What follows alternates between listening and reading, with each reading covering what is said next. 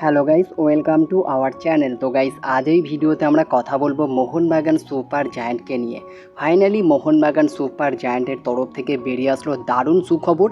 দুদিন ধরে যে নাটকটা চলছিল আনোয়ার আলীকে নিয়ে, তার শেষটা কিন্তু তোমাদেরকে জানাবো। ফাইনালি মোহনবাগানেই থেকে গেল আনোয়ার আলী। এই বিষয়টা নিয়ে তোমাদেরকে পুরো ডিটেলসে আপডেট জানিয়ে দেবো। কলকাতায় আসতে চলেছে কোচ মলিনা, অনুশীলন শুরু করতে চলেছে। কত তারিখ থেকে মোহনবাগান মলিনার আন্ডারে তাদের সিনিয়র টিম নিয়ে অনুশীলন শুরু করছে সেটা জানিয়ে দেবো। জেমি ম্যাকলারেনের অফিসিয়াল অ্যানাউন্সমেন্ট নিয়ে আপডেট দিয়ে দেবো। হুগো বুমস ফাইনালি মোহনবাগানকে বিদায় জানিয়ে দিল।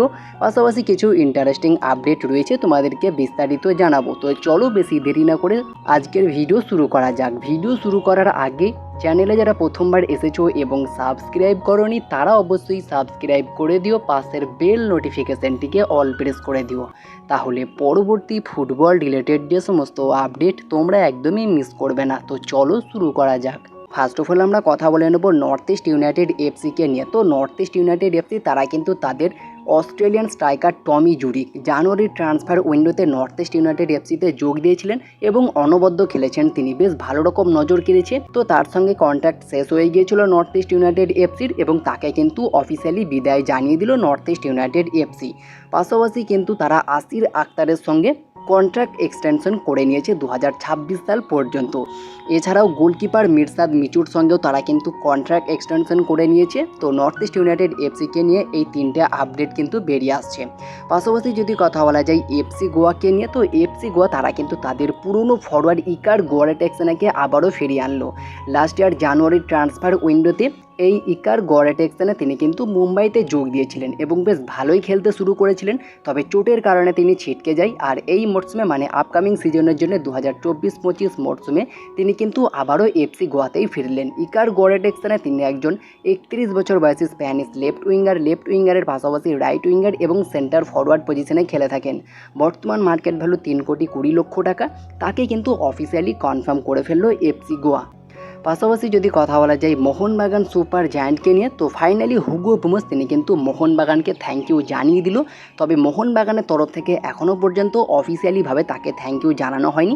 মোহনবাগানকে এক প্রকার হুগো বুমস থ্যাংক ইউ জানিয়ে দিল এবং কালকে তিনি অফিসিয়ালি তার ইনস্টাগ্রাম অ্যাকাউন্ট থেকেই জানিয়ে দিয়েছেন। তো মোহনবাগান থেকে যে হুগো বুমস বিদায় হয়ে গেছে এটা কার্যত 100% নিশ্চিত করলেন হুগো বুমস।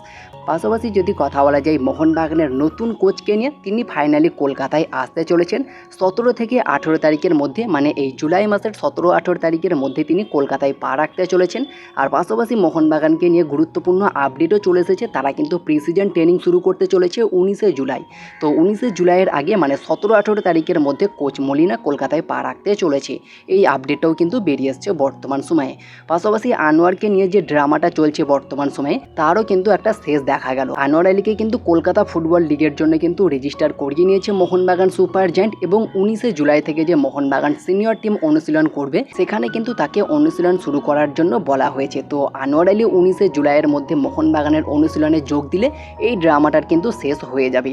আর যেমনটা খবর রয়েছে সম্ভবত আনোয়ার আলীকে ছাড়তে রাজি নয় মোহনবাগান সুপার জায়ান্ট এবং আনোয়ার আলী তিনি নিজেও চেয়েছেন মোহনবাগান যেন তার সঙ্গে পার্মানেন্ট ডিল করে নেয়। তো এই জল্পনার অবসান কিন্তু 19 থেকে 20 তারিখের মধ্যেই ঘটতে চলেছে। যদিও অনুশীলনে যোগ দিয়ে দেয় আনোয়ার আলী তাহলে জল্পনার অবসান এখানেই শেষ হয়ে যেতে পারে।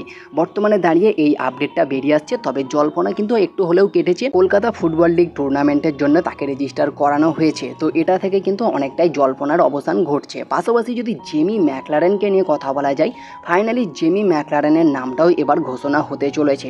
যেহেতু হুগো বুমস তিনি মোহনবাগানকে বিদায় জানিয়ে দিয়েছে, তারই রিপ্লেসমেন্ট হিসাবে হয়তো জেমি ম্যাকলারেনের নামটা অফিসিয়ালিভাবে অ্যানাউন্সমেন্ট করতে চলেছে।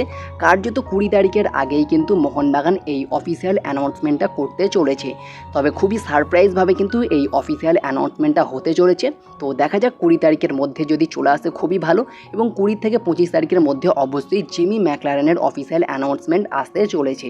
তো এই ছিল আজকের ভিডিও, যে সমস্ত আপডেটগুলো বেরিয়ে এসেছিলো তোমাদেরকে জানিয়ে দিলাম। ভিডিওটি ভালো লাগলে লাইক শেয়ার কমেন্ট অবশ্যই করে দিও।